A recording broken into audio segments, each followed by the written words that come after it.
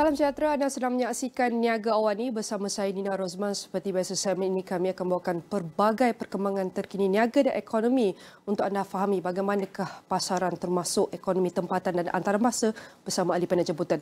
Dan kita akan mulakan dengan laporan Edge ESG di mana syarikat tidak lagi boleh mengelak daripada menerapkan alam sekitar, sosial dan tabi urus ESG tanpa memahami atau melambangkan erti sebenarnya. Menteri Sumber Asli Alam Sekitar dan Perubahan Iklim Nik Nazmi Ahmad berkata ia memandangkan pengawasan terhadap tindakan greenwashing semakin meningkat. Nik Nazmi berkata demikian pada majlis makan malam Gala Anugerah ESG di Edge Malaysia 2023 yang diadakan di Ibu Negara baru-baru ini. Greenwashing merujuk kepada dakwaan atau maklumat palsu yang dibuat oleh penjual, pengeluar atau syarikat berkenaan produk atau servis yang dikatakan mesra alam sedangkan dakwaan atau maklumat tersebut tidak benar. Nik Nazmi yang merupakan tetamu kehormat di majlis anugerah itu menekankan bahawa fokus sekarang bukan lagi sama ada kerajaan dan perniagaan harus melaksanakan ESG, sebaliknya ia memfokuskan kepada kebolehpercayaan terhadap inisiatif ESG yang telah dilaksanakan. Ujarnya, beliau melihat wujud rasa kepentingan dan kesediaan yang semakin meningkat di kalangan perniagaan di Malaysia untuk mengatasi ESG. Justru apa yang diperlukan ketika ini adalah kestabilan dan kesediaan untuk menyokong komuniti perniagaan dalam industri masing-masing. Ini kerana katanya ESG tidak hanya perlu diterapkan dalam organisasi sendiri tetapi juga dalam semua aspek rantaian bekalan dan operasi. But we must remember that if two important players do not do anything, which is the government and the private sector, do not act, then we do not have a chance in making a difference with regards to saving our planet. I sincerely hope that the Edge Malaysia ESG Awards will continue to go from strength to strength and that more companies will consider participating in future editions. Pelaksanaan NETR yang berjaya dijangka meningkatkan keluaran dalam negara kasar KDNK Malaysia daripada RM25 bilion pada 2023 kepada RM220 bilion menjelang 2050. Ini juga dijangka menjana 310,000 pekerjaan. Mengakhiri ucapan, Nik Nazmi menegaskan bahawa inklusiviti akan menjadi kunci dalam memerangi perubahan iklim. Menurut beliau, pelaksanaan ESG di kalangan syarikat senarai awam PLC dan firma pengurusan aset Malaysia telah bertambah baik sepanjang tahun. Sebagai contoh, bilangan dana yang ditetapkan oleh Dana Pelaburan Lestari dan bertanggungjawab oleh Suruhanjaya Sekuriti Malaysia meningkat kepada 63 pada bulan Jun tahun ini. Perkara yang sama diperhatikan dalam kategori equity kerana lebih banyak PLC kini mempunyai skor ESG yang disediakan oleh FTSE Russell. Penerbit dan Ketua Pegawai Eksekutif Kumpulan The Edge Media Group, Datuk Ho Kei Tat dalam ucapan aluannya berkata, pada tahun ini, 356 PLC dinilai oleh FTSE Russell dan oleh itu layak dipertimbangkan untuk anugerah di bawah kategori equity berbanding 296 tahun lepas.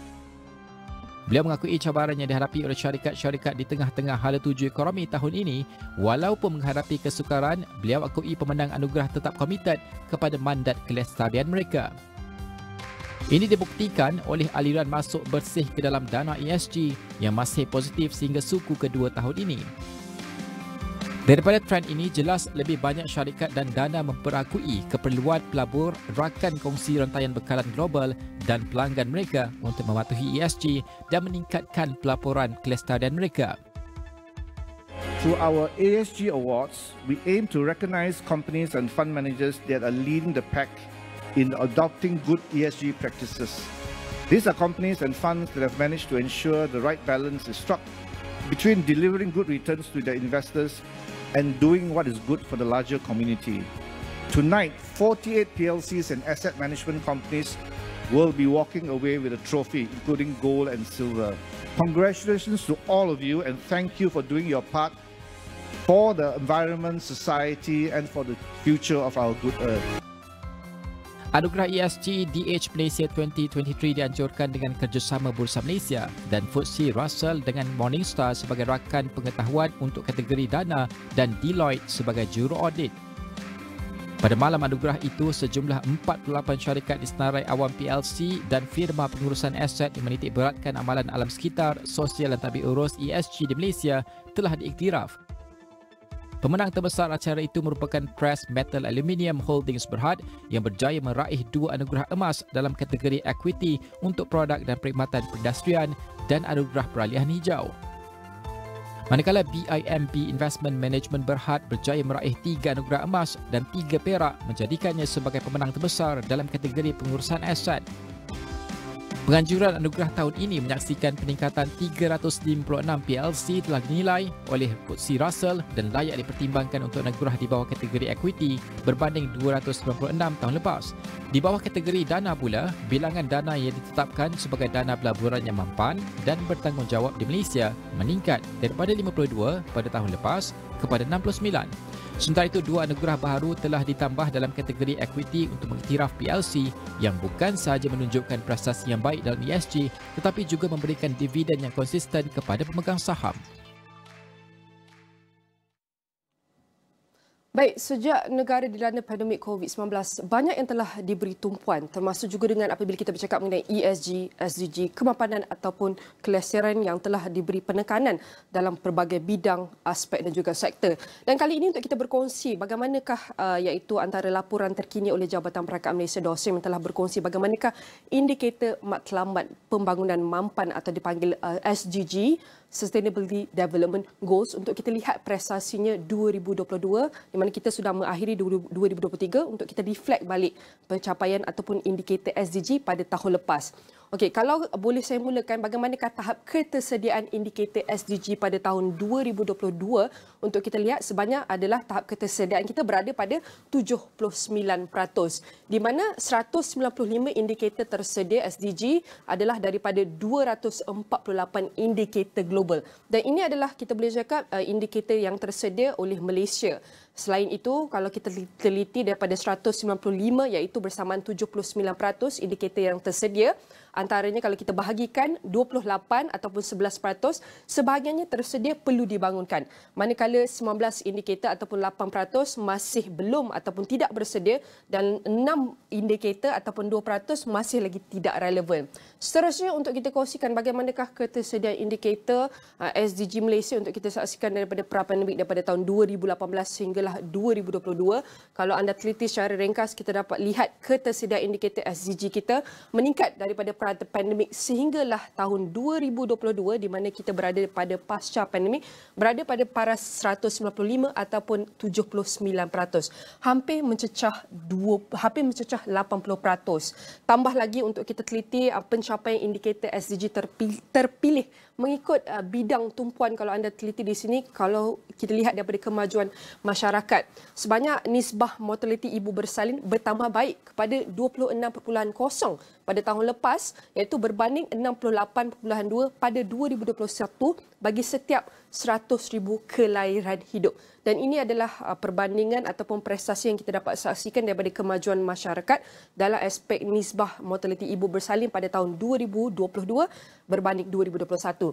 Manakala untuk kita teliti daripada kemakmuran, kadar pengangguran untuk kita lihat pada tahun ini, pada tahun lepas bertambah baik kepada 3.9% pada 2022 berbanding 2021 yang telah mencatatkan 46%. Untuk kita lihat kadar pengangguran daripada kumpulan lelaki atau perempuan, lelaki menurun juga pada 2022 pada 3.8% dan perempuan pada tahun lepas juga telah menurun kepada 4.1% berbanding tahun 2021.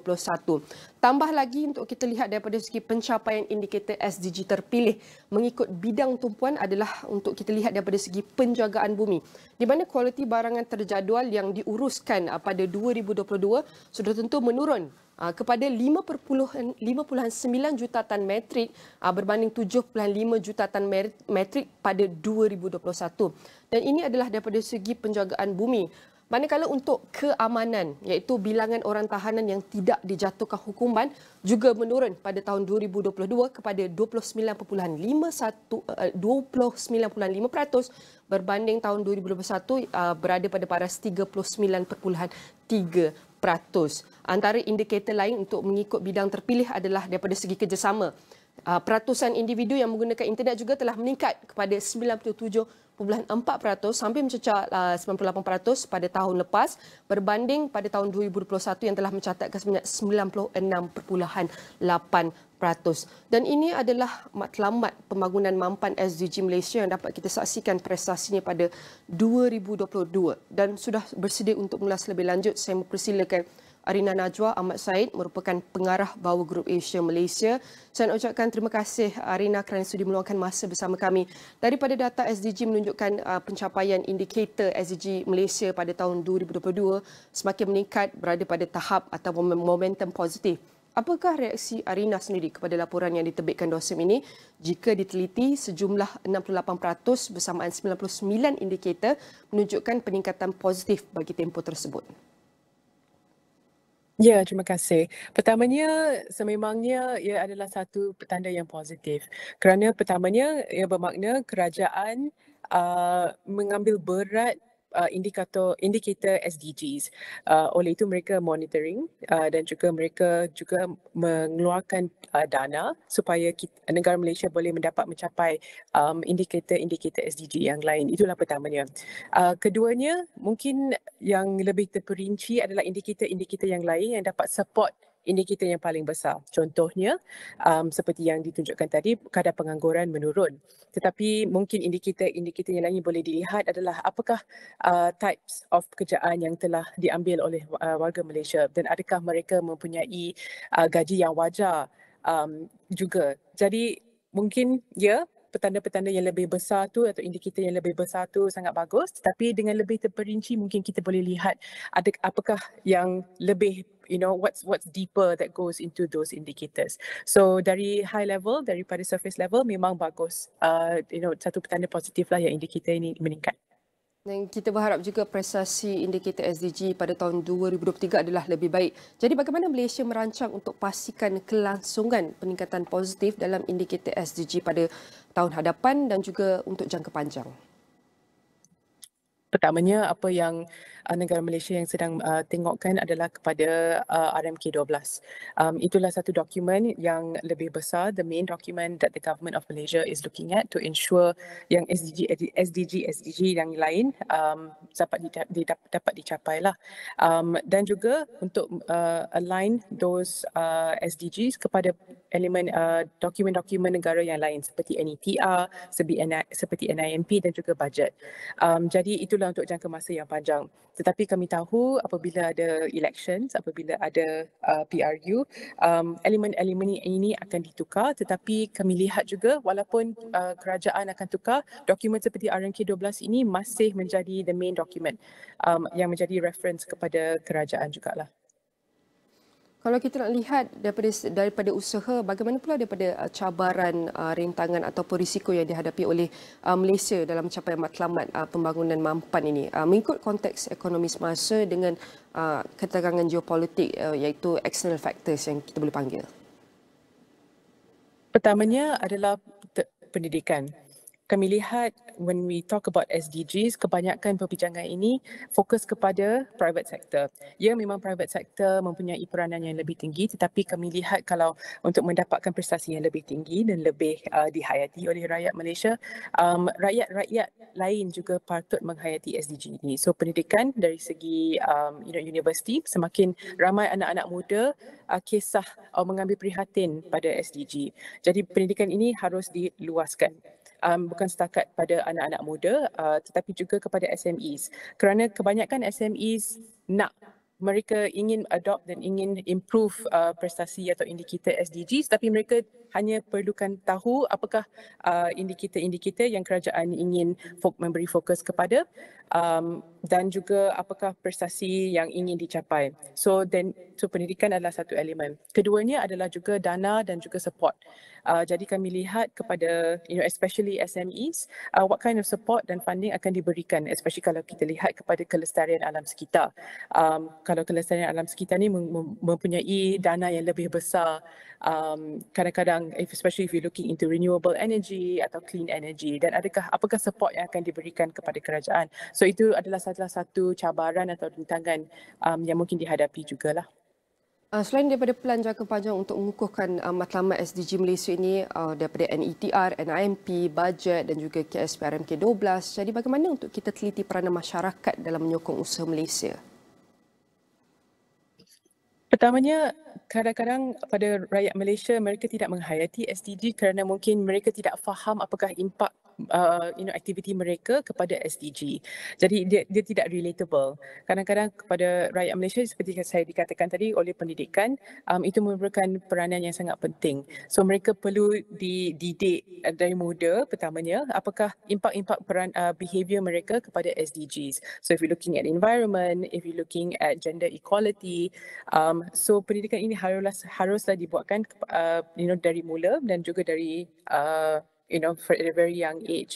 Dan kalau kami lihat kepada masyarakat yang lain, kadang-kadang kalau kita lihat persoalan SDG ni mungkin tidak sepenting kerana mereka masih merisaukan hal-hal yang lebih penting daripada untuk mereka seperti cost of living, cost of goods. Adakah mereka mempunyai gaji yang cukup? Kalau yang basic needs tidak not taken care of, mereka tidak akan kisah kepada SDG. Saya tidak akan kisah kepada kesaksaan jantina, saya tidak akan kisah kepada kelestarian alam sekitar.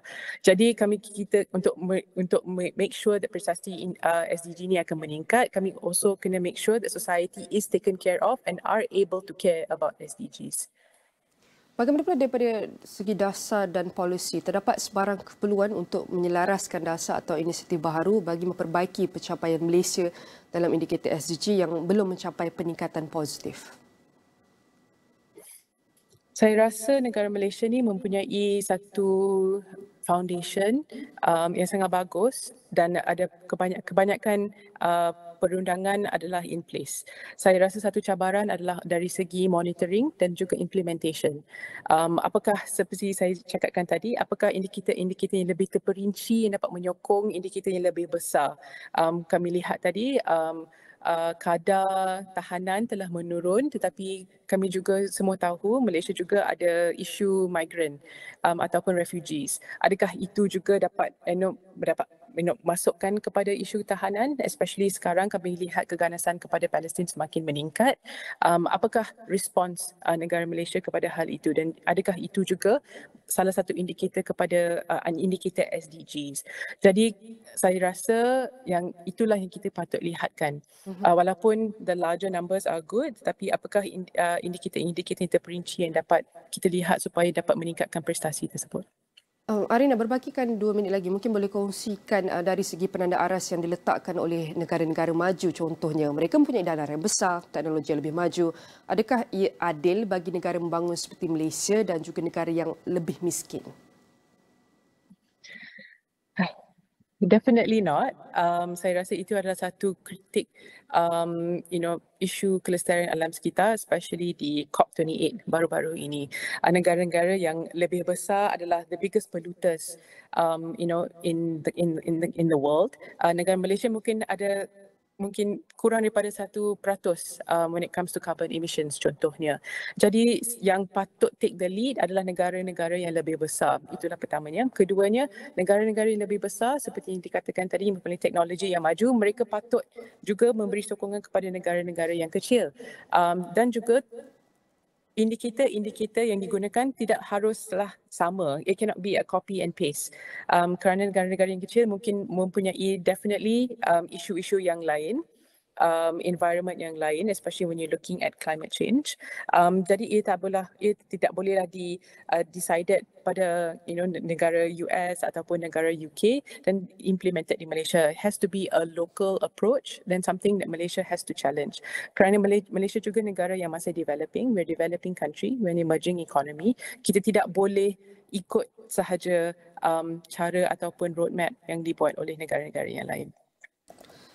Walaupun indikator SDG Malaysia menunjukkan peningkatan, namun banyak lagi usaha yang perlu dikukuhkan, ditambah baikkan agar kita dapat ataupun Malaysia dapat memastikan kelangsungan dalam peningkatan positif dalam SDG ini.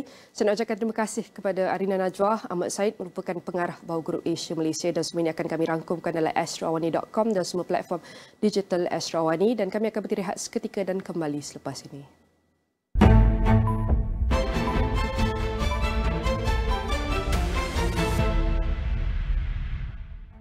Hadirnya tetamu yang tidak diundang.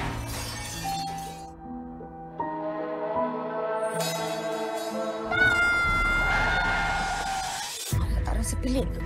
Adam suruh berhenti tadi. Nama I bukan Adam. Nama I Sohaimi. Cuba Panita tengok gambar-gambarnya. Budak 6 tahun boleh lukis gambar mayat kena makan dengan gagak macam ni. Berkelakuan aneh. I dah buat breakfast special untuk you. Yang tu ni masak balik macam itu, bos. Adam buat apa ni? Dia tolong repair pintu tadi. Ada benda dalam badan. Mungkin Adam bukan Adam. Di Astro Ria dan On Demand. TRX symbolizes a beacon of hope. There are so many different elements to explore within this building. TRX is an economic enabler. It has been designed to be a financial center. And it's important for us to be able to signify our commitment to Malaysia's modernization. Get a deeper perspective on Malaysia's International Financial Centre, Tun Razak Exchange, or known as TRX, with a 2-episode special on Astro AWANI. Nak stream My Famous Ex-Boyfriend tapi line internet slow? Jangan risau, berita baik untuk pelanggan Astro. Dapatkan Astro Fiber 500 Mbps hanya dengan RM90 je sebulan selama 24 bulan. Harga tetap tau! Langgan sekarang dan dapatkan router Wi-Fi 6 serta pemasangan secara percuma. Dengan Astro Fiber, anda boleh stream hiburan keluarga bila-bila masa. Wi-Fi kencang, kini lagi kencang. Percutian. Saya dah agak dah, ini bukan holiday. Yang berbeza. I'm going to challenge you guys. Ada tugasan. No, let me talk. Only. Misi untuk dipenuhi. Dan peluang yang menjejakkan. Kita akan jumpa legend Man United hari ini. On! Berjayakah mereka mengharunginya? From KL to Premier League, di Astro Ria dan Astro Go.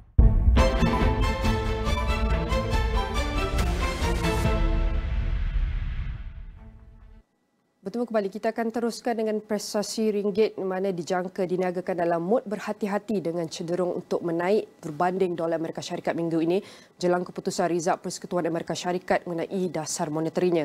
Ketua Ekonomi Bank Muamalat Malaysia Berhad, Dr. Muhammad Auzan Nizam Abdul Rashid berkata, tumpuan minggu ini adalah pada mesyuarat jawatan kuasa pasaran terbuka Persekutuan FOMC Amerika Syarikat pada 12 hingga 13 Disember yang akan memutuskan kadar faedah.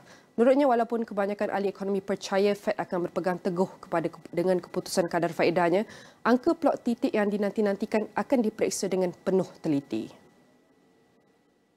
Tambahnya, melihat mesyuarat FOMC yang akan datang bakal menjadi pemacu utama untuk mengukuhkan alasan bagi pengurangan kadar faedah pada 2024 dan sejauh mana The Fed bersedia untuk mengurangkan dasar moneterinya serta seberapa rendah dan seberapa cepat ia boleh dilakukan. Sehubungan itu, beliau percaya dolar berbanding ringgit mungkin menguji para sokongan segeranya pada 4.6611 minggu ini. Sementara itu, rakan pengurusan SPI Asset Management Stephen Innes berkata menjelang keputusan The Fed minggu ini, ringgit berkemungkinan diniagakan dengan lebih berhati-hati kerana peniaga akan bertanya-tanya tentang jumlah pemotongan kadar faedah yang dibuat oleh The Fed pada apa yang dipanggil plot titik. Terdapat sedikit risiko memandangkan pasaran sudah menetapkan kadarnya dalam pemotongan 130 mata asas. Tambahnya, jika The Fed mengekalkan hanya 50 mata asas, kemungkinan terdapat terlalu banyak disonans kognitif dan pasaran boleh mematikan risiko dan kembali membeli dolar. Kenanga Investment Bank Berhad berkata sebarang isyarat yang lebih lembut daripada mesyuarat The Fed dijangka dapat meningkatkan ringgit dengan ketara. Pelabur juga akan meneliti laporan jualan runcit Amerika Syarikat untuk tanda-tanda permintaan pengguna yang semakin perlahan dan angka jualan runcit China untuk mengukur momentum pertumbuhan ekonomi negara. Di samping itu, katanya dalam negara pula, peningkatan pengeluaran perindustrian dan jualan runcit mungkin menyumbang kepada peningkatan ringgit. Oleh itu, firma penyelidikan berkenaan berkata tinjauan neutral dolar berbanding ringgit adalah dijangka dan mungkin berlegar dalam julat 4.650 hingga 4.683 minggu ini. Bagaimanapun, jika The Fed tidak membuat keputusan agresif, mungkin mendorong ringgit untuk diniagakan di bawah 4.600 berbanding dolar. Dan pada ketika ini, kami akan beri fokus kepada potensi pemotongan kadar faedah oleh FED pada 2024 dan bagaimana ini boleh mempengaruhi kedudukan ekonomi tempatan dari segi OPR dan juga nilai ringgit Malaysia. Saya mempersilakan Dr. Muhammad Afzal Nizam Abdul Rashid, merupakan Ketua Ekonomi dan Kewangan Social Bank Muamalat Malaysia Berhad. Saya nak ucapkan terima kasih Doktor kerana sudi meluangkan masa bersama kami. Bercakap mengenai FOMC, adakah FOMC mempunyai kecenderungan untuk turunkan kadar faedah pada tahun depan berdasarkan kita boleh cakap iaitu prestasi NFP pada Jumaat lepas. Bagaimana perkembangan ekonomi semasa mempengaruhi keputusan ini? Ya betul ya. Minggu lalu data utama yang diberi fokus adalah non-farm payroll yang mana data tersebut telah pun melebihi paras jangkaan di kalangan para penganalisis ekonomi yang mana rata-rata menjangkakan ianya mencapai pada paras 180,000 manakala keputusan yang sebenar adalah 199,000 pada bulan November. Disebabkan itu kita dapat lihat reaksi pasaran keuangan agak lemah, terutamanya pasaran bond yang mana kadar faedah ataupun kadar bond yield meningkat untuk tempoh matang 2 tahun dan juga 10 tahun bagi pasaran US Treasury. Namun apabila kita meneliti angka tersebut, walaupun dia menunjukkan peningkatan, namun ianya banyak disumbangkan oleh kembalinya para pekerja yang pada beberapa bulan yang lalu telah pun mengamalkan mogok di beberapa sektor, terutamanya di sektor pengangkutan ataupun sektor otomotif dan juga sektor hiburan. Dan dilaporkan oleh pihak Bureau Labor of Statistics menunjukkan bahawa mogok tersebut telah pun berakhir pada Oktober bagi sektor otomotif, terutamanya company ataupun syarikat seperti Ford dan juga General Motors yang mana telah mengembalikan para pekerja sekitar 25,300 pekerja yang telah mula kembali bertugas pada bulan November yang lalu. Begitu juga di sektor hiburan, menunjukkan sekitar 16,000 pekerja yang telah kembali mula bekerja apabila mereka menamatkan mogok pada 11 November yang lalu. Justru angka ini saya lihat telah pun memberi suatu gambaran yang agak kurang tepat, yang mana trend yang sebenar adalah pasaran pekerjaan di Amerika Syarikat masih lagi menunjukkan trend yang softening ya.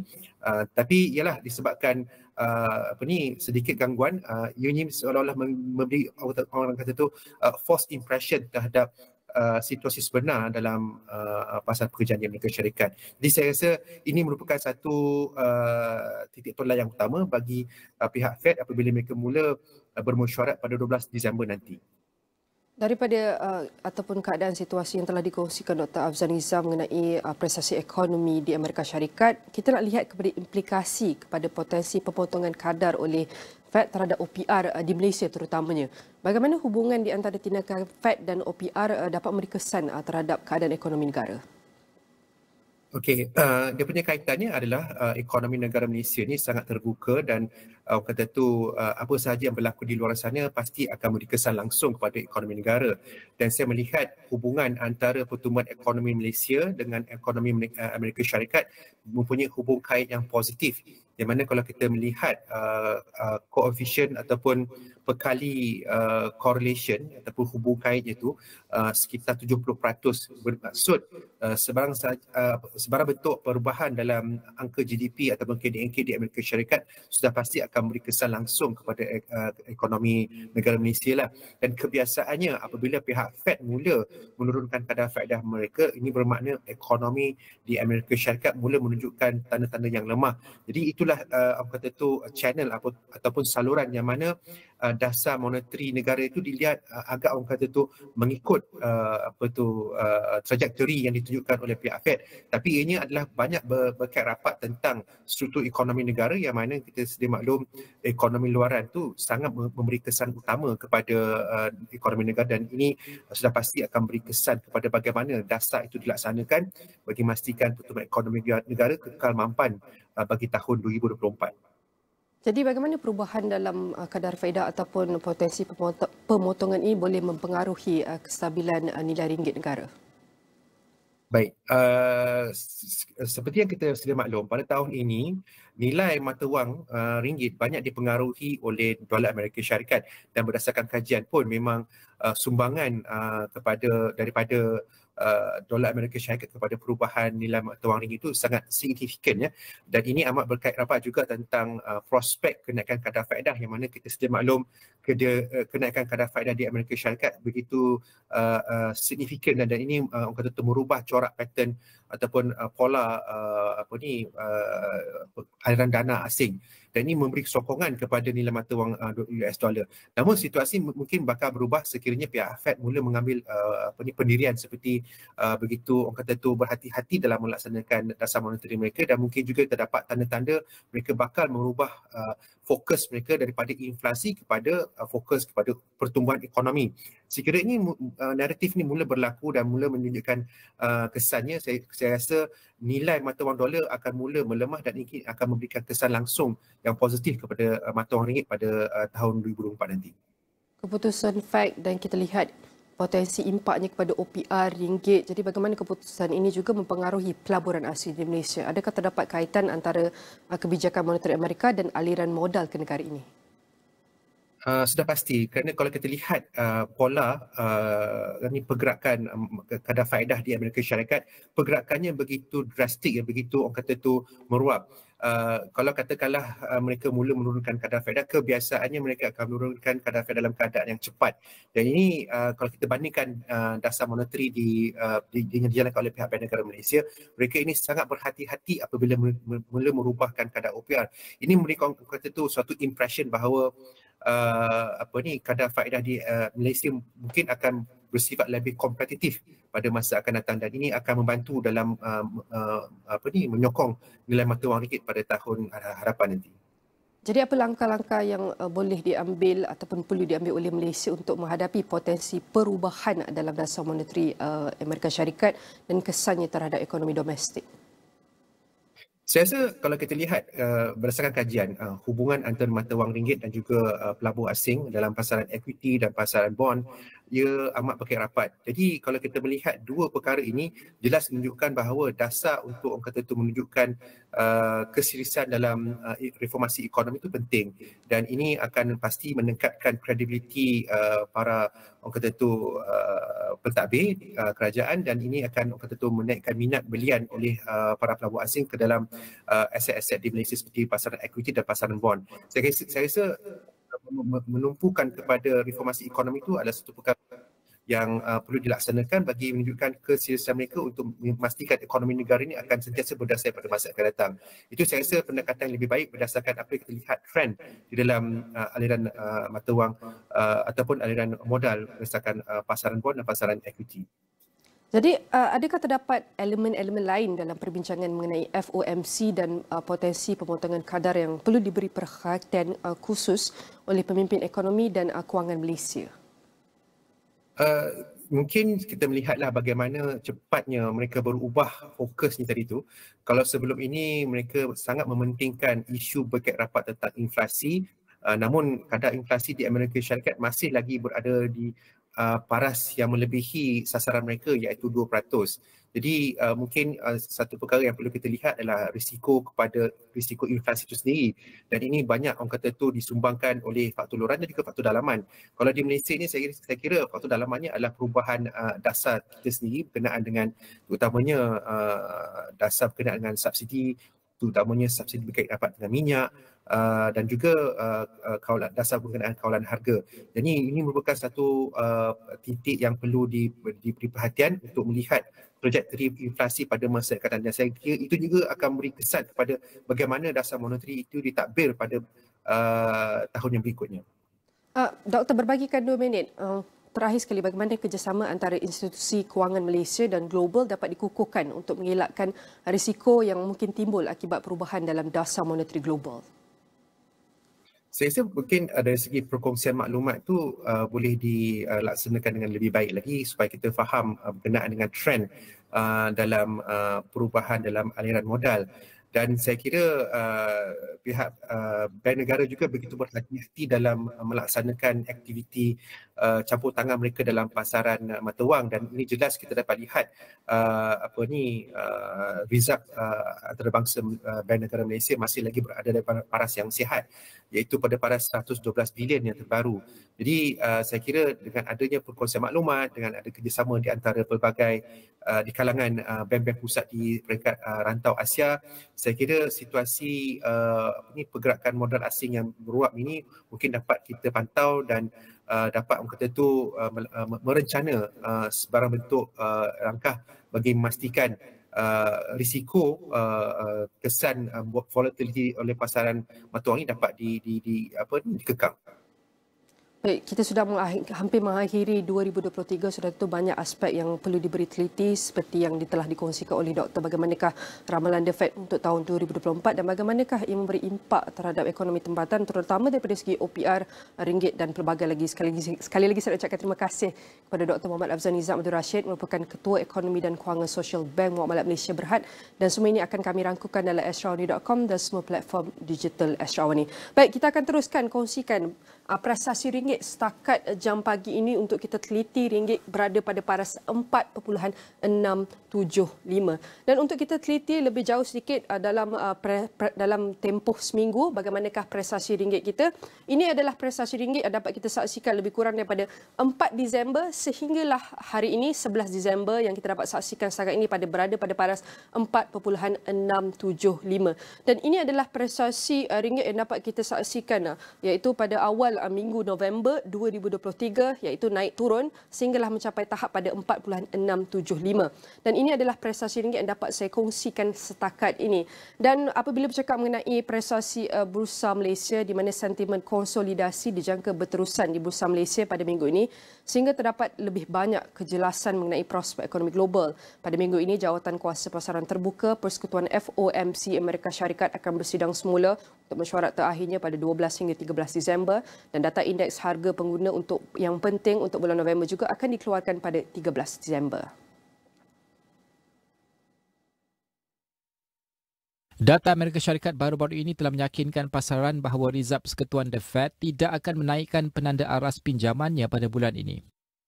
Naib Presiden Pendidikan Equity Rakuten Trade, Tom Pak Leng berkata, selain itu sentimen pasaran terus dipengaruhi oleh ketegangan di Timur Tengah yang berterusan dan pergerakan harga minyak berikutan. Harga minyak telah merosot untuk minggu ke-7 berturut-turut dengan kebimbangan mengenai lebihan dan permintaannya lemah.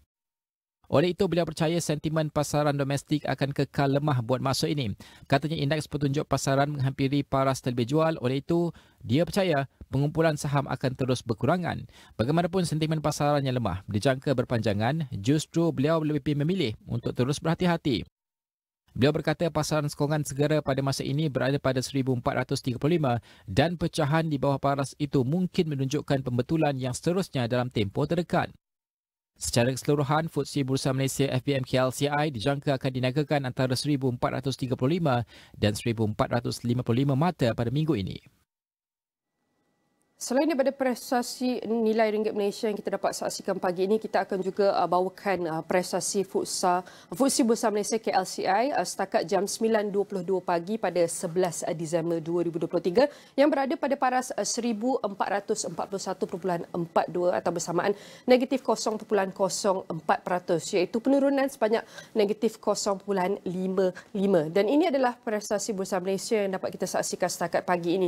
Dan untuk kita teliti dalam tempoh minggu, prestasi Bursa Malaysia daripada Selasa minggu lepas, ia berada pada paras lebih kurang 1445 sehinggalah 1450. Namun daripada Selasa, iaitu prestasi ataupun pencapaian Bursa Malaysia kita dalam tempoh seminggu, kita dapat melihat ia mengalami penurunan sehinggalah tahap kini pada hari Isnin berada pada paras lebih kurang 1442.03, dan kita dapat saksikan tadi negatif penurunan, tapi kali ini secara tepatnya pada jam 9.23 pagi ia berada pada paras 1441.61, dan ini adalah prestasi Bursa Malaysia yang dapat kita saksikan setakat pagi ini pada 11 Disember 2023. Dan kontrak niaga hadapan minyak sawit mentah MSM di Bursa Malaysia Derivatives dijangka diniagakan pada kecenderungan meningkat minggu ini dengan jangkaan pengeluaran yang rendah.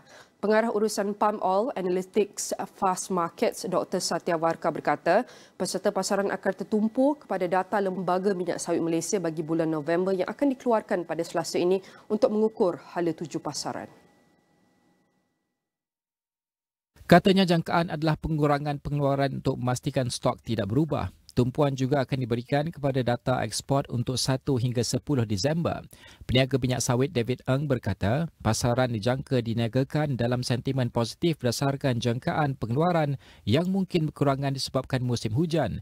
Menurutnya lagi, kenaikan dalam pasaran minyak kacang soya pada Jumaat dijangka berterusan pada minggu ini dan ini boleh memberikan sokongan kepada harga minyak sawit. Pergerakan harga minyak sawit dipengaruhi oleh minyak saingan, berikutan ia bersaing untuk mendapatkan bahagian dalam pasaran minyak sayuran global. Katanya bagaimanapun kenaikan pada minggu ini dijangka dihadkan oleh trend ekspor yang rendah menjelang akhir tahun. Oleh itu mereka menjangkakan paras sokongan pada RM3,650 satu tan dan paras halangan pada RM3,800 satu tan pada minggu ini.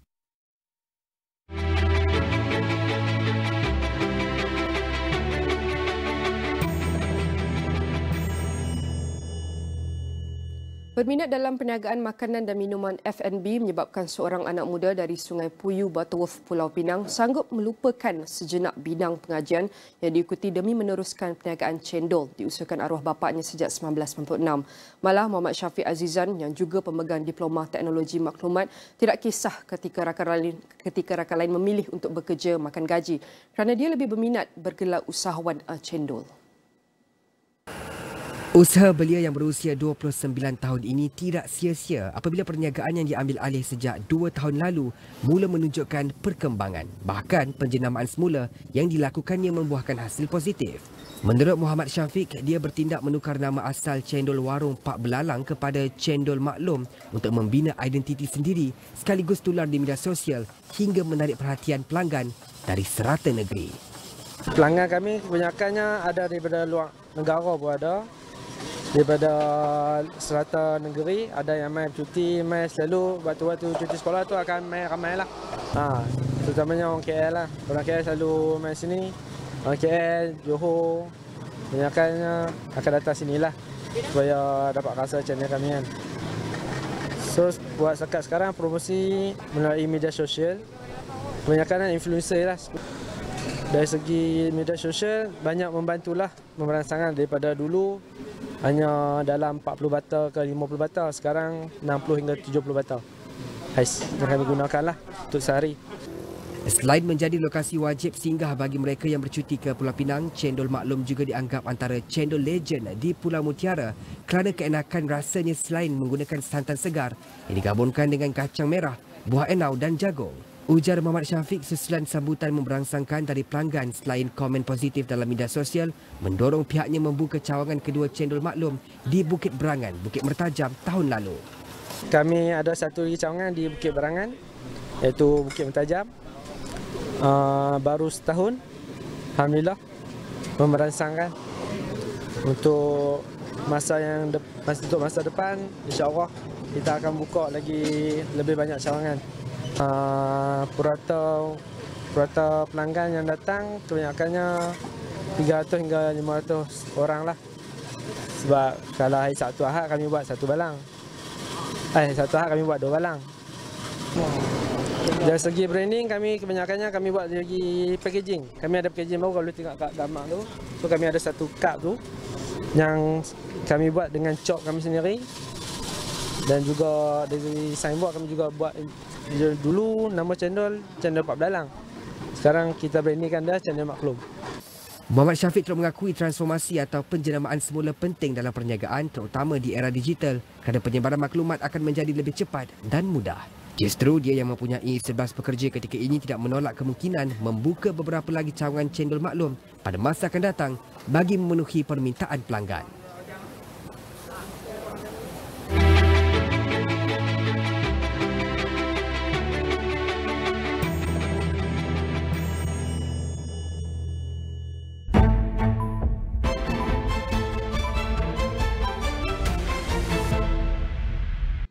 Kerajaan melaksanakan audit subsidi minyak masak selepas ia dijangka meningkat 4 kali ganda menjelang hujung tahun depan. Angkatan Pertahanan Awam Malaysia APM memilih Sabah sebagai kanvas kajian bagi meremajakan semula organisasi itu. Sarawak telah menerima kehadiran 3.18 juta pengunjung ke negeri itu, melepasi lebih awal sasaran untuk tahun 2023. Sabah dan Sarawak mempunyai potensi besar sebagai pelengkap pusat ekonomi di Semenanjung. 17 Disember ini, Demak Singa Malaysia kembali secara langsung. Alami keajaibannya disertai bintang-bintang misteri dan karakter-karakter melangkaui imajinasi. Penuh warna-wangi menanti anda untuk diterokai. Siapa di sebalik topeng? Demak Singa Malaysia musim keempat secara langsung di saluran-saluran berikut.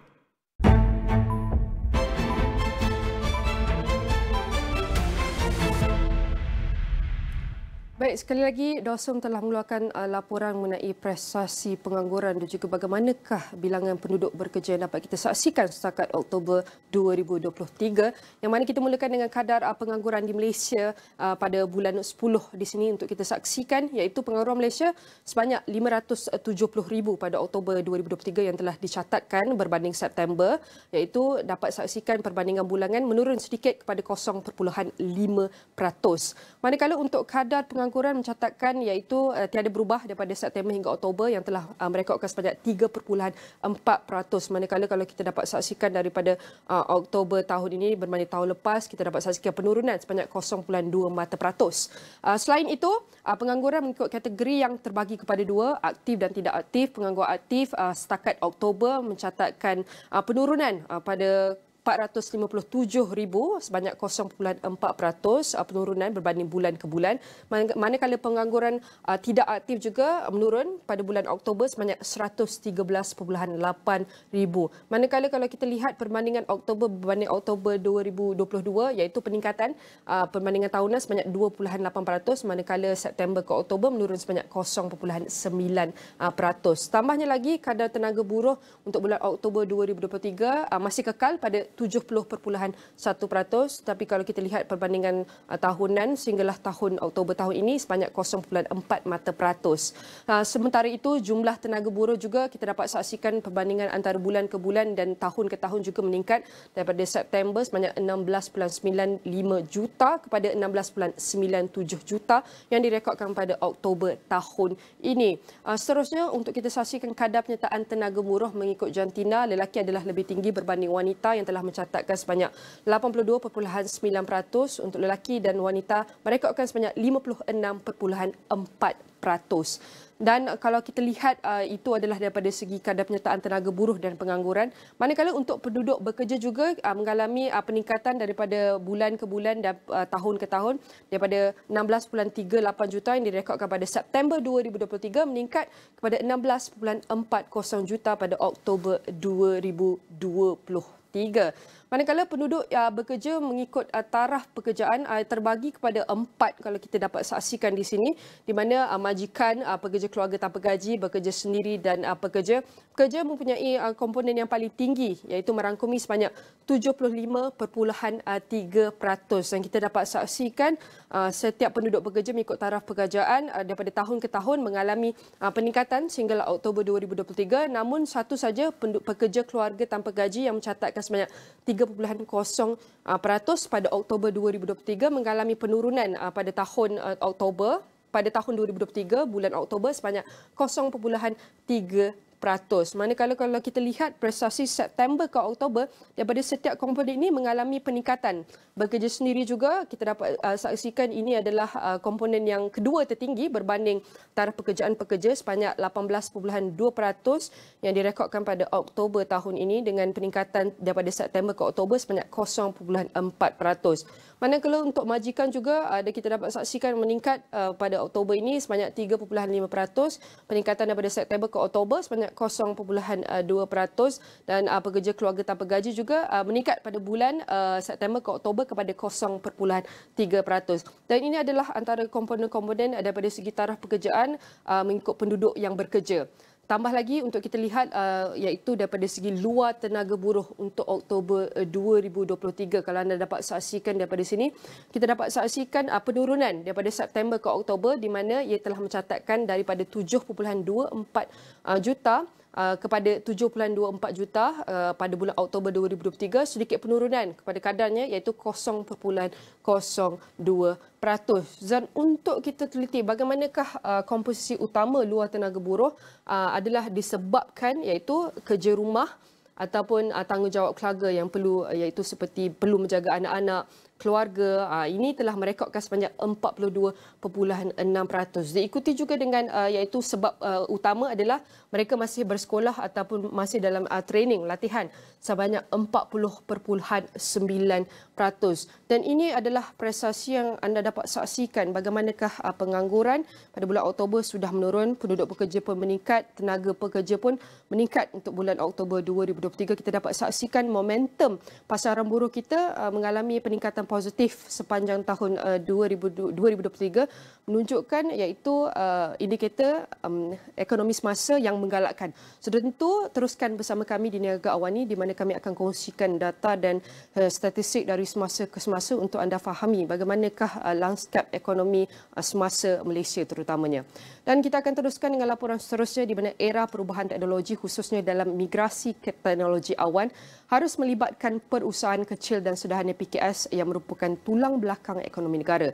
Menyedari realiti itu, Amazon Web Services memberikan tumpuan khusus buat PKS Malaysia dengan mewujudkan pasukan khas yang memberikan tumpuan buat segmen itu. Menurut pengurus negara AWS Malaysia Pete Murray, pasukan ini akan memberikan sokongan penyelesaian yang diperlukan berdasarkan perniagaan mereka dengan mengambil kira sensitivity cost.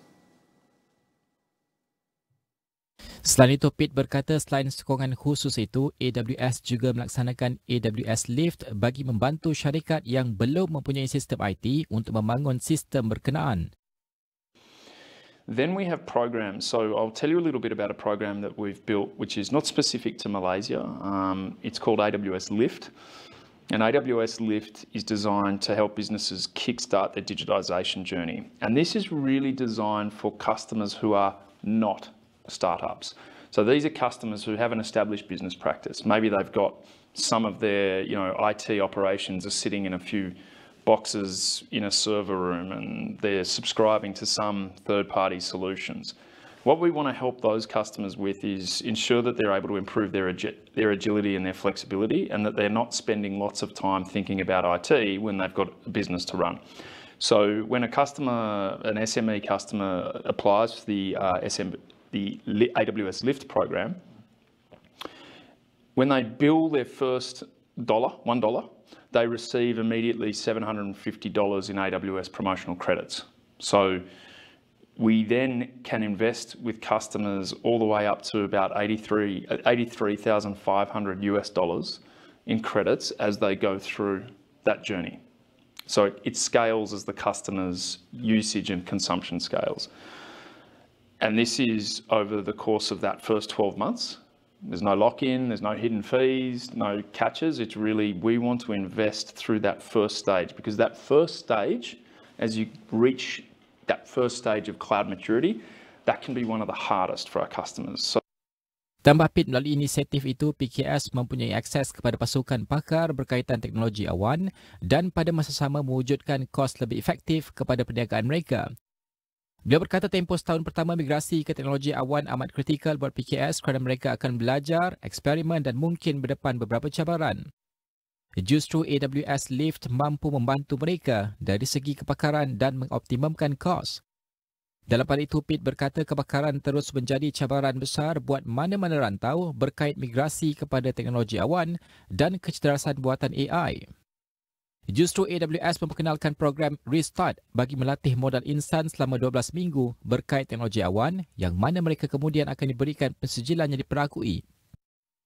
So the learners who are going through that 12-week journey are coming out at the end of it with globally recognised certification. Now, why is this important? It's what happens at the end of the program that I'm most excited about. And a couple of weeks ago, we hosted at our office in KL a career fair. And we had 11 of our partners and customers, the likes of Accenture, Capgemini, eCloud Valley, come in, and they interviewed over 150 graduates of the Restart program who had been trained in partnership with World Education Placement Services, or WEPS, in Malaysia. So if you can imagine the learner journey, 12 weeks of immersive full-time training, and at the end of it, access to a career fair with 11 industry-leading global and local technology companies who are desperately looking for great talent. Now, the graduates and the learners that we see through Restart is very, very targeted at new entrants to the workforce, but also re-entrants to the workforce. So people who are unemployed, people who are underemployed, people who are returning to work for whatever reason. Perhaps they've taken a career break, perhaps they've started a family, perhaps something has changed in their circumstances and they've never had access to a computer science degree or a technology program. This is their opportunity to access digital skills and digital training, globally recognised certification, and then access to employers. PIT yakin melalui program Restart ia akan menyelesaikan cabaran kepakaran yang dihadapi kebanyakan rantau termasuk di Malaysia. Sejak 2016, AWS melaksanakan pelaburan besar di Malaysia bagi membuka ruang transformasi industri di negara ini. Ia termasuk ikrar pelaburan lebih 25 bilion ringgit bagi membangun AWS Region di Malaysia menjelang 2037. Di bawah AWS Region, ia akan membantu negara dalam mencapai cita-cita pendigitalan selain memenuhi keperluan teknologi awan yang kian berkembang pesat di negara ini.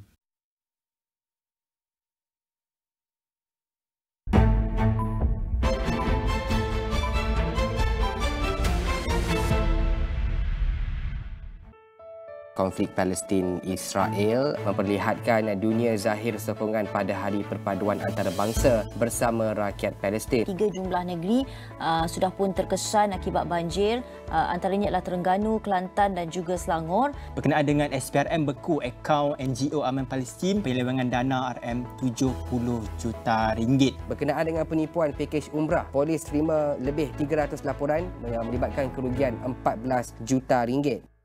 Siapakah Gempak Most Wanted 2023? Anda yang akan menentukannya. Layari www.gempakmostwantedawards.com sekarang untuk mengundi. Gempak Most Wanted Awards terpaling trending. Hai, mini love for you, big love for you. Sarah, hey, I got tips-tips ini dari K-drama di Astro Go. Semua pun boleh belajar. Astro Go free tau.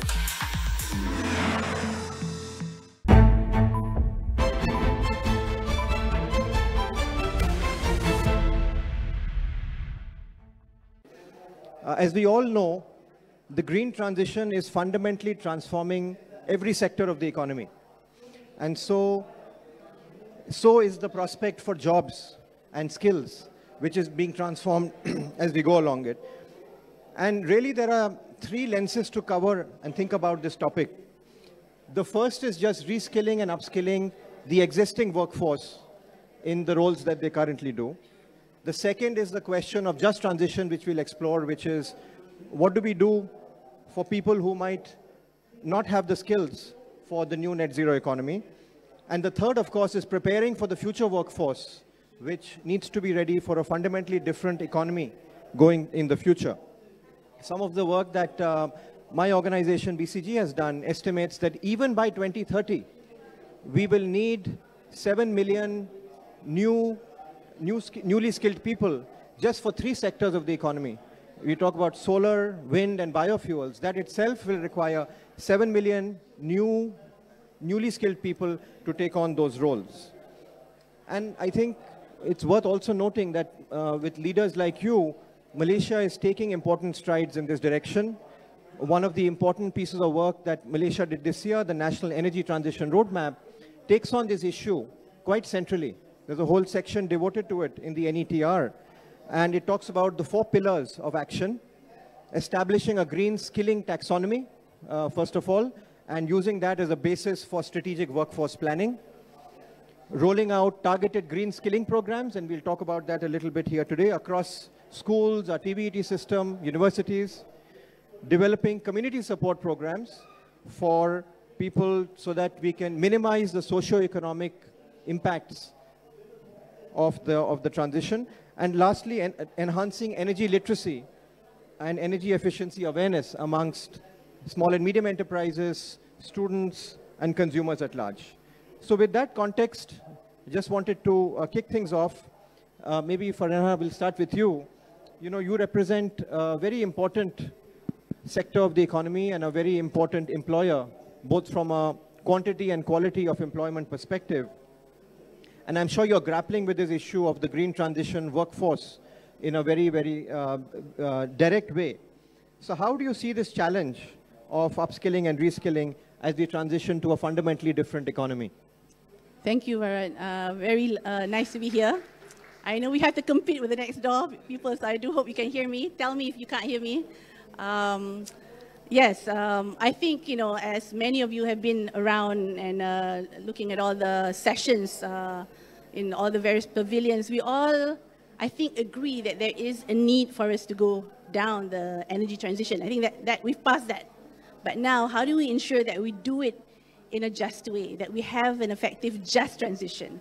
And so, again, you know, yesterday I was going around and I saw there was, again, consistent alignment around what that means as well.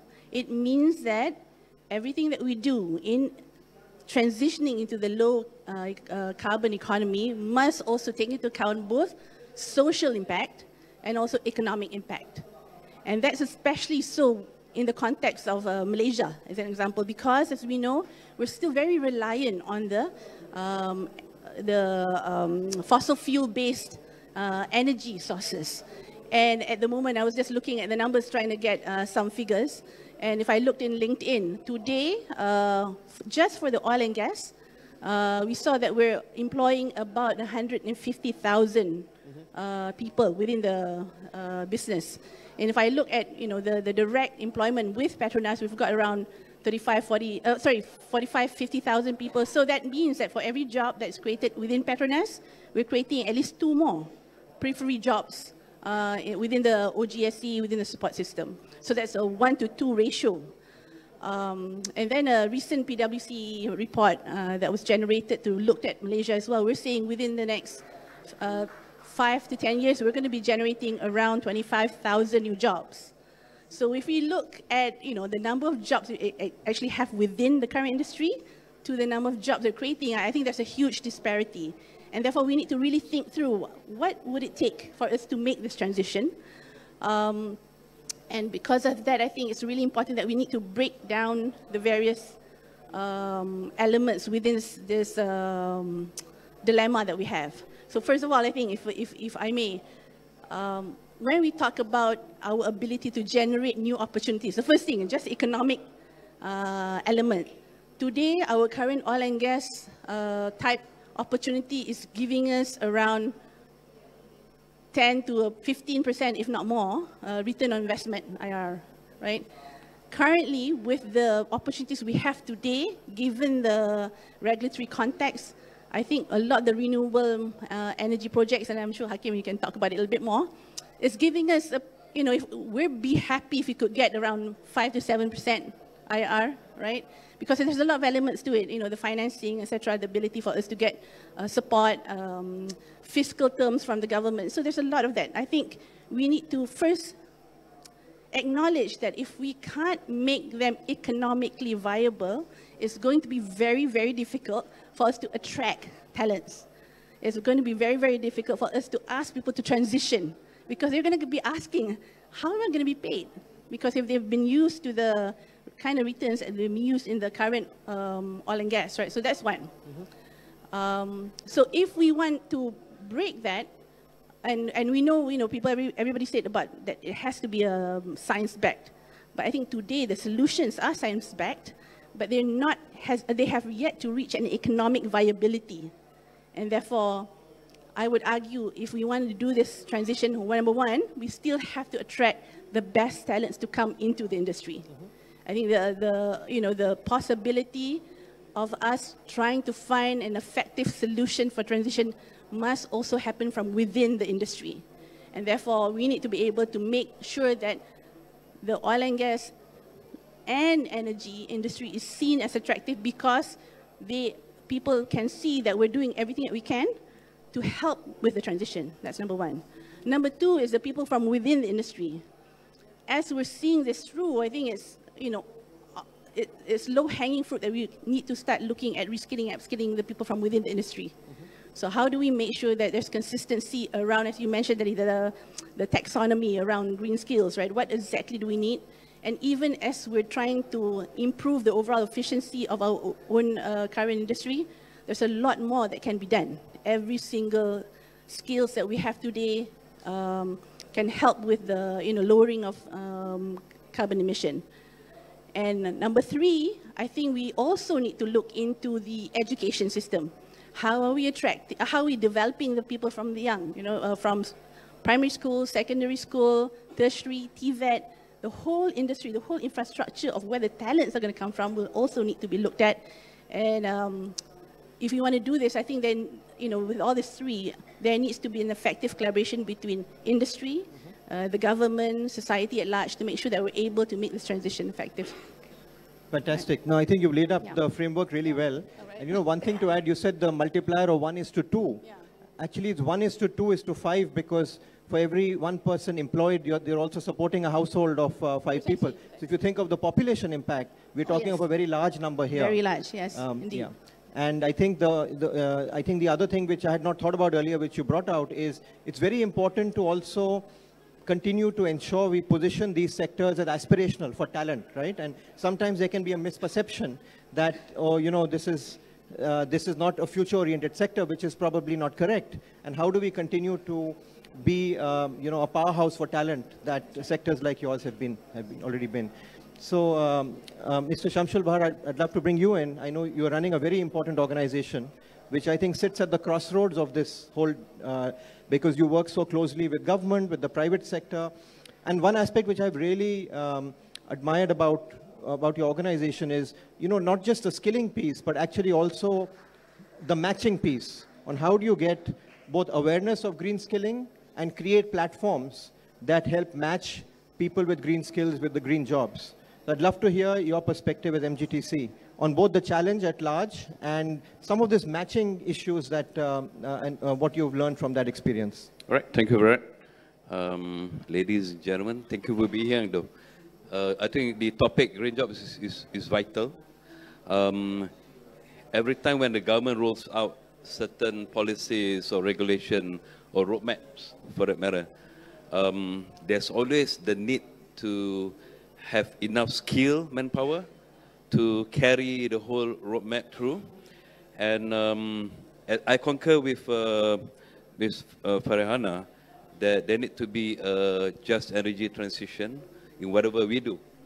So if you look at the recent documents that have been released, the NETR, National Energy Transition Roadmap, or is it the Hydrogen Economy and Technology Roadmap? Back in 2017, we have rolled out the Green Technology Master Plan. And in that particular master plan, we have targeted that by 2030, we should be achieving 240,000 green jobs in order to be able to reduce 45% of the carbon intensity that we're looking at, in order to become a net zero greenhouse gas emission nation by 2050. We will be doing the midterm review of the GTMP so that the focus will be more towards 2050 now. Under MGTC, what we have done all this while is to create and to have capacity building. We have programs that we have rolled out. Some of them touches on even policies that have not yet been implemented by the government. Energy efficiency, for example, we did audits where we have certified energy managers, we have professional energy managers, we have training programs that we call it EMTC, Energy Manager Training Courses, right? And just last month, 2 months back, the Parliament of Malaysia, they have approved the Energy Efficiency and Conservation Act. So when you look at whatever policies that have been gazetted, there is a need to have skilled worker. So collectively, what the government does, we will ensure that it will be a just transition. That's what you are referring to. We do not discount the fact that there are current jobs that needs to be migrated, but we have to do it seamlessly, as well as how to ensure that those parties would have jobs in the future. So what MGT have done is to work within the with the industry players, and the awareness is very important. That the public, the private sector capture the essence of why we need to have the transition, right? Just for example, when CBAM was being implemented 1st of October, voluntary and mandatory by 2026, companies need to do the carbon reporting. Now, this is very important because when you look on how to report your scope 1, scope 2, it's quite simple because it is just within the organization. But when you look beyond it, the scope 3, this is on the value chain, the supply chain. So industries, they need manpower, they need skill jobs in order to have those carbon management to be intact. Yeah.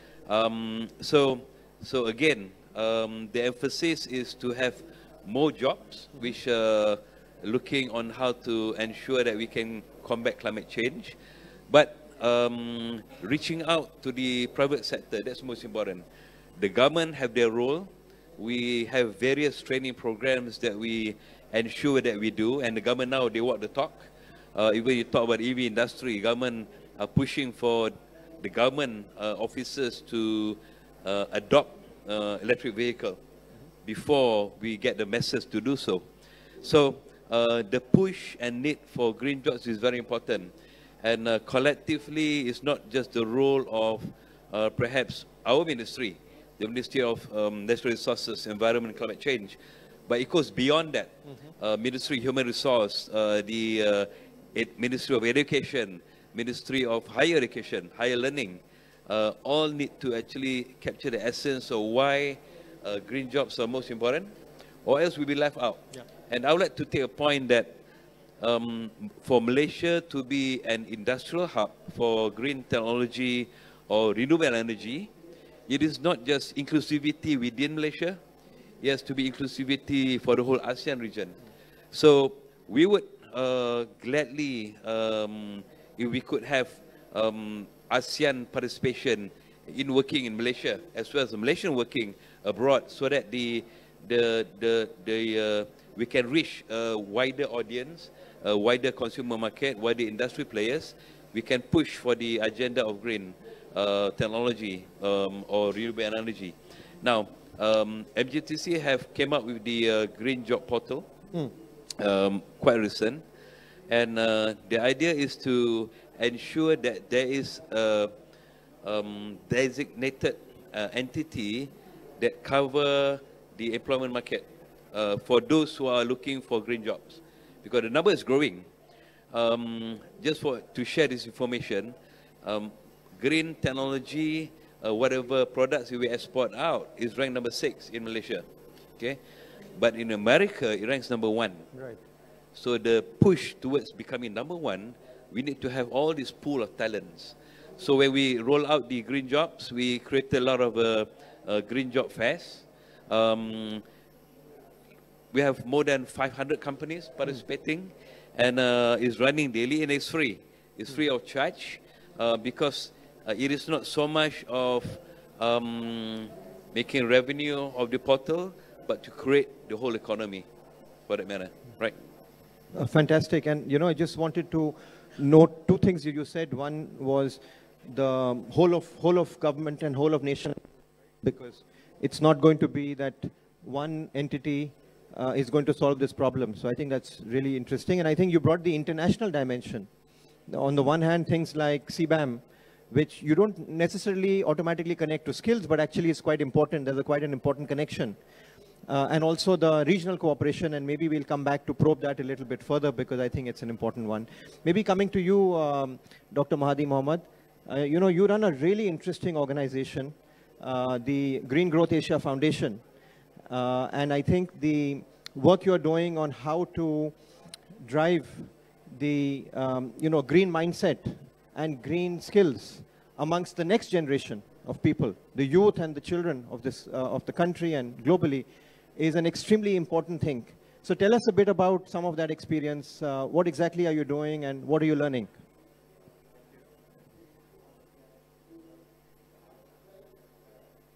Hello. Thank you, Varat. Esteemed panelists, distinguished guests, ladies and gentlemen.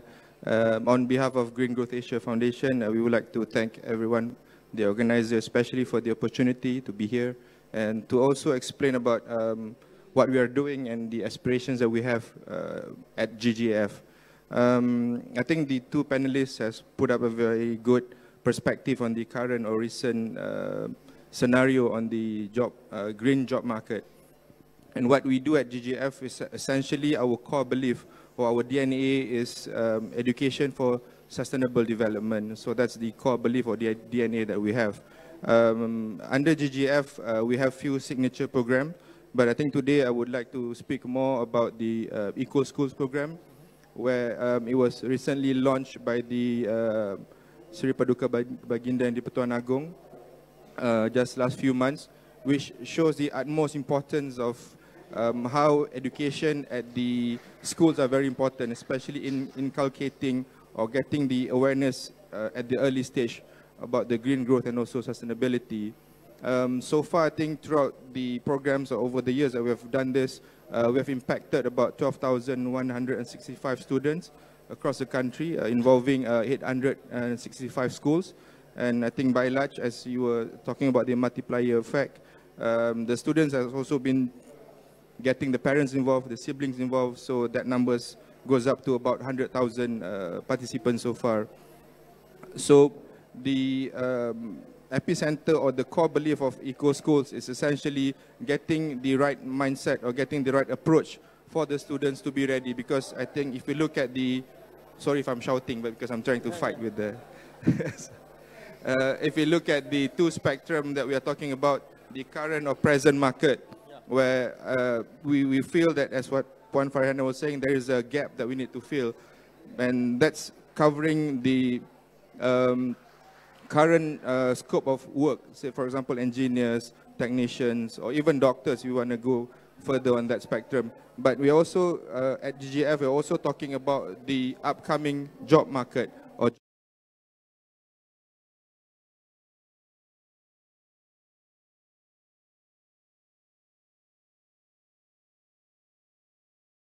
coming the next, not that far, probably 4 or 5 years down the road. So that's the core belief, that we want to get the students to be ready, equipped, and have their own perspective and right mindset of how they want to approach the job market, having the right skill set to approach the job market. And at Eco Schools Malaysia, I think one of the beauty about this is that it's individual climate action based, so it's science based, and also it gets the students to explore with their own perspective and mindset. So I think that's what we love about this program. And another thing that we also would like to talk about is on the Greening Education Partnership, which is the latest announcement by UNESCO, where at least 50% of the educational institutions in Malaysia must be certified green. So I think that's one of the key elements. The Sri Paduka Baginda and Di-Pertuan Agong also launched the Greening Education Partnership Malaysia. I think that's the first roadmap in the world. Fortunately, we're very happy, me and my colleagues met with the Assistant Director General of UNESCO for Education last 2 days. So she herself also confirmed with us that that's the first roadmap ever in the world, and we're very happy that Malaysia is leading that. And that also put a very strong emphasis that, you know, Malaysia is leading this forefront, and I hope with the collaboration with the private sector, with the government, that we will be able to put the right perspective in the market. But we're also very thankful that we have a very strong support from MGTC, for example, who has always been our strong supporter in getting the private sector to support the Eco Schools program. And we're very thankful also to have Yayasan Petronas supporting our effort in the 50 schools in the state of Terengganu.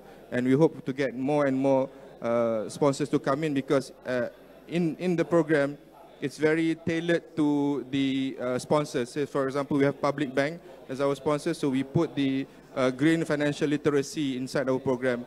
And we have Petronas with us, so we put that element as an interactive collaboration between the sponsors and also the schools. So I will leave it at there, and perhaps we can have more engagement later. Fantastic. Maybe just give us a little bit more color on, this is a very complex topic, right? Like even we all struggle a little bit of understanding what is sustainability, how is the climate change happening? It takes a lot to understand. How do you make it simple enough for children and students to really grasp this stuff?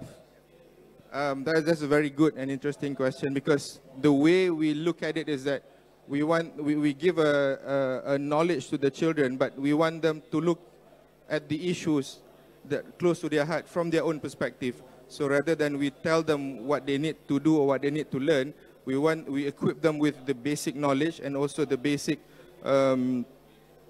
science that they need to understand, but they look at the issues surrounding them from their own perspective. Say, for example, we have students in Malacca who came up with an idea of LED street lighting to help the turtles, because it is attracted to the luminance of the normal street lights. So they found out that, we should change to a better luminance so that the turtles, the baby turtles, are not attracted to that light and would go to the sea. So then that's one of the important aspects that we feel very proud that the students discover that and also advise us on that. So yeah. Thank you. That's sharing that fascinating example. I think it really helped bring it to life. Hakim, would love to have you come in. You are trying to, bring all of this to life in a very interesting way. Hakim runs Souls Energy, which I think has a very unique model where you're trying to both drive penetration of solar energy, but at the same time creating livelihood opportunities for marginalized. So tell us a bit about your model and what are you learning? Hello, hello. Oh, okay. All right. Can everybody hear me? Okay. I joined Souls Energy 5 years ago. I'm not the founder, but I am one of the people that was asked to try and imagine what is the future of renewable energy where, as it pertains to rooftop solar look like. When I joined 5 years ago, we were 20 people, and now we're 200 people. And 40% of these 200 people that we've employed are orang asli and orang asal. So I'm going to tell you a little bit about how we got from 5 years ago to today. It all started with this observation that rooftop solar hires more people per megawatt than any other renewable energy space. So it's about 30 people per megawatt. This is the first hiring tier. So at 30 people per megawatt, it's effectively 10 times more than that of large-scale solar. And just as a note, large-scale solar, they're experiencing razor-thin margins at 5 to 7% IRR. But residential solar, we're talking 14 to 17%. It's still not 50% that oil and gas experiences, but that additional margin translates to the opportunity for better salaries, for better working conditions, for better livelihoods for the people that we hire. So 200 people, you don't get there overnight. It has to be very intentional. And one thing that I just learned at this COP, there's a word for it. It's called co-benefits. I'm sure the world was using it way before we started hiring orang asli. But what we realize is you can make co-benefits a key part of your sustainability strategy. You're like, if you're intentional about it and you start with day zero at day zero, or if you've already begun and you're starting to review, are we doing the best that we can do? Build in society as a co-benefit. Okay, so we realize that orang asli are really hard to get to. So the pipeline to hire orang asli to become solar technicians is a challenging one, because let's start with how to get to them. In some cases, getting to the orang asli village, it takes you 10 hours from the nearest road. So infrastructure is a challenge. But we digress. We've since explored the whole of Peninsular Malaysia. We are primarily reaching out to communities in Perak, Pahang and Kelantan, a lot of communities in Sabah. And what we do is we run this program where within 100 days, as long as our constituents can read, write, and count. So we make it very accessible. They can join our program. They can learn about how to become a solar technician. And within 100 days, we can get them to a point of apprenticeship. And now this is really important because in some cases, once, I'll pull an anecdote. In Germany, you cannot become a baker until you've run an apprenticeship for 2 years at least. And this is after you've learned the basics of becoming, of baking, right? So this is a very communal approach at hiring, where we teach you the technical skills within 100 days, and then we run you through 9 months of apprenticeship. And during this whole time, we provide 100% scholarship for this, because a lot of the people that we hire, they start off at about 17 years of age, up to 25. They have families that are expecting to if they're not here, if they're studying, they're not earning money for the family. So it's really important that we kind of understand what's going on with the community that we're serving. So 100 days, 9 months, and then they start work. Now, over the last 5 years, we've found that working with the indigenous community has become amazing, because it has allowed us to improve our efficiency tremendously. We started installing solar on houses. It took us 3 days to do one house. We now do, on average, it takes us 6 hours to install solar on one house. So I think working with your community and understanding how we can work best together is my key benefit here. So can I ask you a follow-on question? Go ahead. Because I think this is truly, what you're doing is really fascinating, and I think touches so many angles of what we want to do, what is being talked about at the COP. You talked about some of the challenges, right? Like, firstly, just reaching people. Secondly, I'm sure there's a mindset challenge, because, you know, you never thought you'll become a solar technician. Then there's the training piece. Then there's, you need to pay them because they have families who need to rely on them. Then they need to go do this for several years, right? So it is a very complex value chain. How do you do this at scale? Like, how should, you know, your model should be reaching millions and millions of workers around the world. What is your learning on how to do this at scale? That's a super complex question, right? Because scaling anything is not the same. It doesn't require the same ingredients that you know, you can do it when you're starting, when you're prototyping. So what we've ended up doing is to take a step back. It's all about the education, we think. Once you get the education component right, you can scale the skill, the delivery of skills. So we feel that that is the fundamental that we've already built into the model. And what happens next is partners. So we started talking to Asia-Pacific countries that have indigenous people also. Australia, Fiji, among the communities that we are talking to. And they are very excited at adopting our training model. So train the trainer, so to speak, localize it into that community, and then scale it out for those constituents. So that's one way we think about scale. Another way we think about scale is money. So we are here at COP raising tons and tons of money, and we are a Petronas investee, yay Petronas. And with that collaboration, we're thinking about a scale that is we've never imagined before. We've been around for 10 years, and we've installed solar on about little under 2,000 homes. But together, working with Gentari, a Petronas company, in the next year, we are going to be installing 4,000 houses, which is double what we've done for 10 years, right? And how we do it is operational efficiency that comes with working with partners like Petronas. So we've learned from them, we've updated our HSSE, and all of this is something that we can build on the backs of strong educational models. I want to raise 3 points before I surrender the floor. Having seen what we've done over the last 10 years, we think these are the 3 things that are really important of how to grow to what's next. 1, we need to make sure that people earn more. 2, we need to make sure that more people are involved in this energy transition. And these are the marginalized communities, these are the poorer communities, these are orang asli communities. And 3, how we involve them needs to be deeper. Yeah. So. No, fantastic. That's great. And I think you hit on a very important point that all this energy transition has to be people-centric.